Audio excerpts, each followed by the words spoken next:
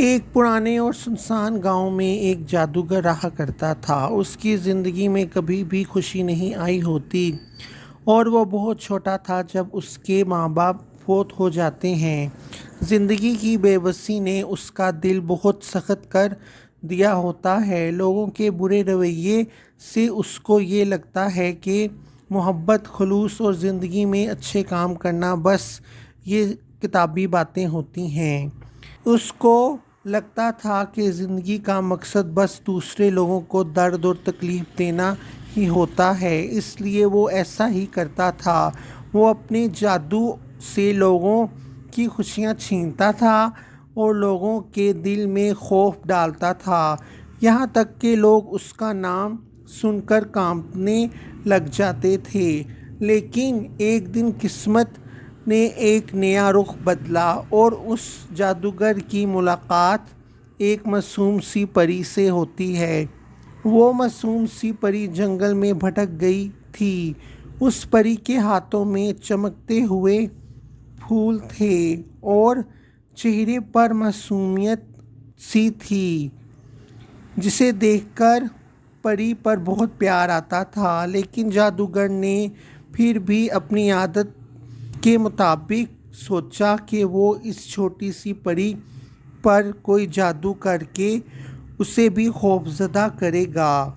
مگر جب جادوگر نے اس پری کی آنکھوں میں جھانکا تو وہاں خوف کی بجائے صرف دعا، شفقت اور بھروسہ نظر آ رہا تھا۔ پری نے بغیر کسی ڈر کے جادوگر کی طرف دیکھا اور اپنا ہاتھ بڑھایا اور کہا کہ کیا آپ بھی مجھ سے دوستی کرو گے؟ یہ سنتے ہی جادوگر کا سخت دل ایک دم سے لرز اٹھا، مگر وہ اپنی ضد اور انا کی وجہ سے غصے میں آ گیا اور اس نے اس ننھی سی پری کو جنگل کے اندھیرے میں تنہا چھوڑ دیا۔ جب رات ہوئی تو ایک دم سے تیز بارش ہونے لگی۔ وہ معصوم سی پری سردی اور ڈر سے کانپتی ہوئی اس ہی جادوگر کے پرانے سے ٹوٹے پھوٹے گھر کے دروازے پر آ گئی، اور پری ذرا بھی ناراض نہیں تھی اور نہ کسی کو برا بھلا کہہ رہی تھی۔ وہ پری بس خاموشی سے پناہ گاہ ڈھونڈ رہی تھی۔ جادوگر کے دل کا سخت پن آہستہ آہستہ نرمی میں بدلتا گیا۔ وہ سمجھ گیا کہ اللہ پاک کبھی کبھی کسی معصوم کو ہماری زندگی میں بھیجتا ہے تاکہ ہمارا دل بدل جائے۔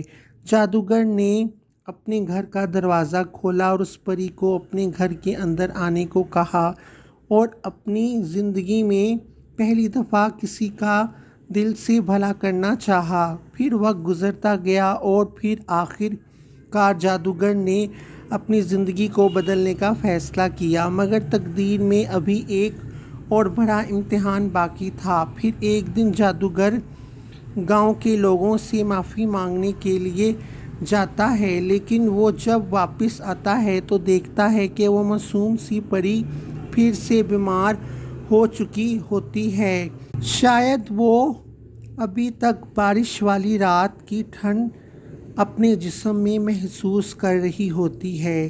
جادوگر اپنی پوری طاقت لگا دیتا ہے کہ اس پری کو بچا لے، پر وہ کامیاب نہیں ہو پاتا، اور وہ پری اپنی آخری سانسوں میں مسکرا کر بولتی ہے کہ اب آپ اچھے انسان بن گئے ہیں، یہی میری جیت ہے۔